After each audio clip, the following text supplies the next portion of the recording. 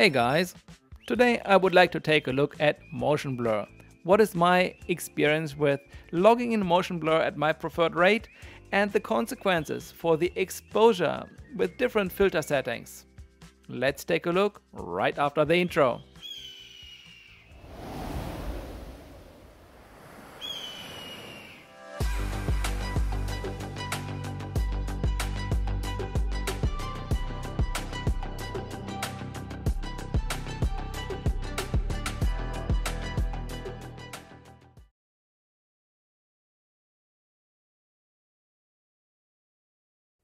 Today we are flying the BANGGOD 5 Lite with Mr. Steele V4 Stout motors.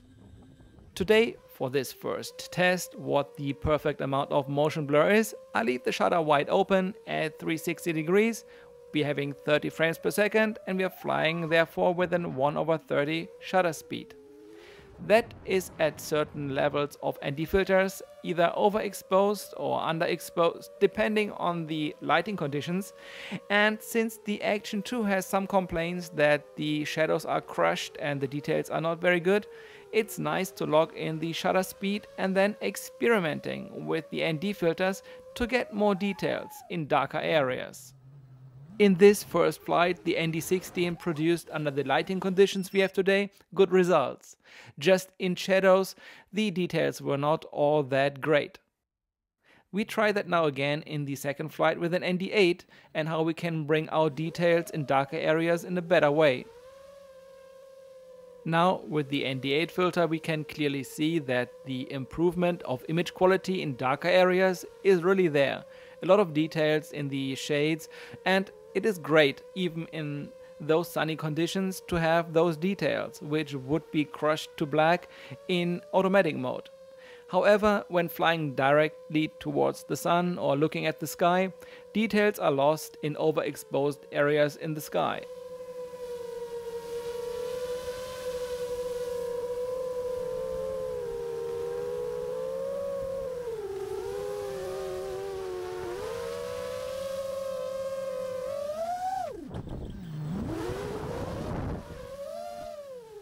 Especially here, flying in the shadows, it looks pretty great and the details are all there.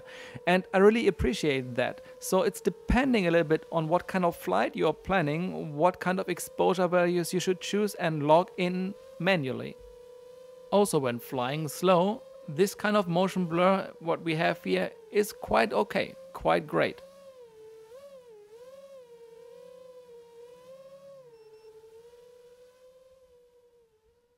Now the next flight, again with the ND8, exploring a little bit the darker areas.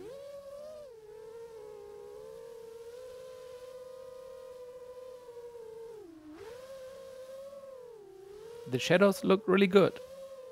Motion blur when flying faster, a little bit too blur, and overexposed when looking directly in these sunny areas.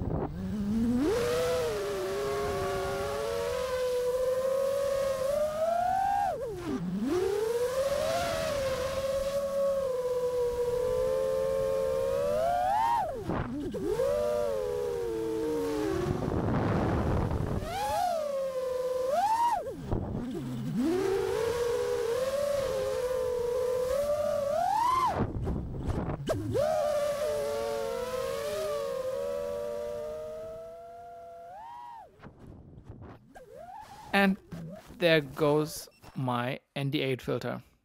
It's just holding on with magnets, and usually when I fly those filters I do more like long range flight and don't crash.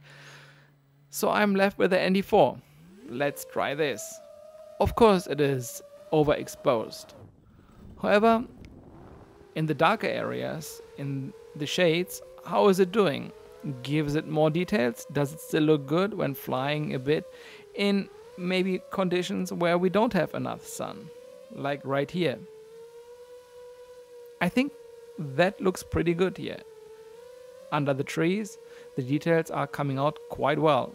Also when flying slow, motion blur is not too much. But here again, clearly we can see motion blur is too much, overexposed areas left and right. So in those lighting conditions here, ND4 just doesn't work.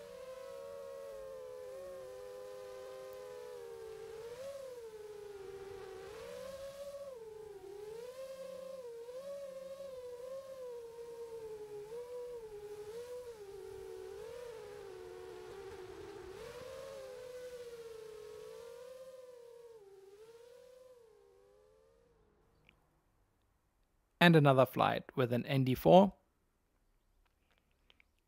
Same overexposed issue, but we want to focus here on the motion blur and the dynamic range and the details in the shade and in darker areas.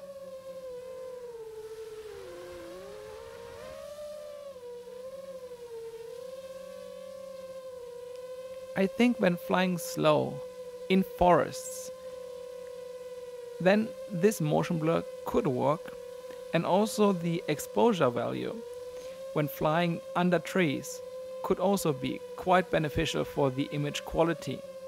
Having in general an overexposed image, but getting more details in shadows when flying in a situation where most of the flight is actually in darker areas, even on a very bright sunny day.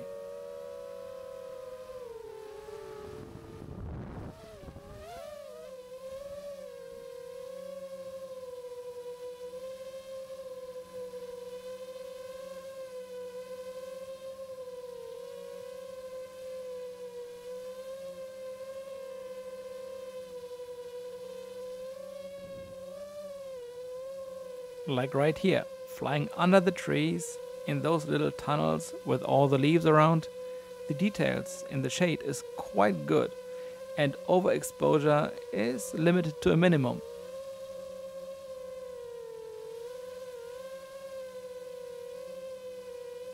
Overall, however, I think the motion blur is a little bit over the top and just too much. I think a 180-degree shutter would be just right for FPV, flying with 1/60 and then adjusting the ND filters accordingly. In a future flight very soon, I will share my results with the 180-degree shutter and then see what kind of results we can actually produce.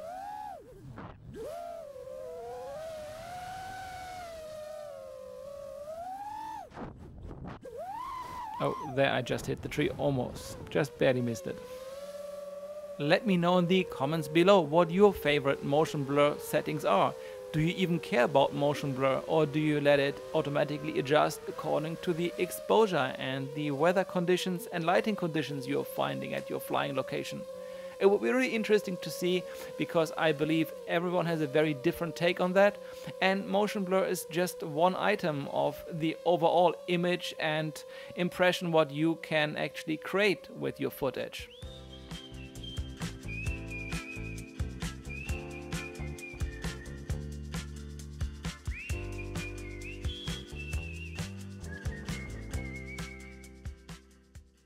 And as always, guys, thanks for watching. Like the video if you liked it, subscribe to the channel, that would be really appreciated. Have a great rest of the day, stay safe, and see you in the next one very soon. Have a great day, guys. Bye.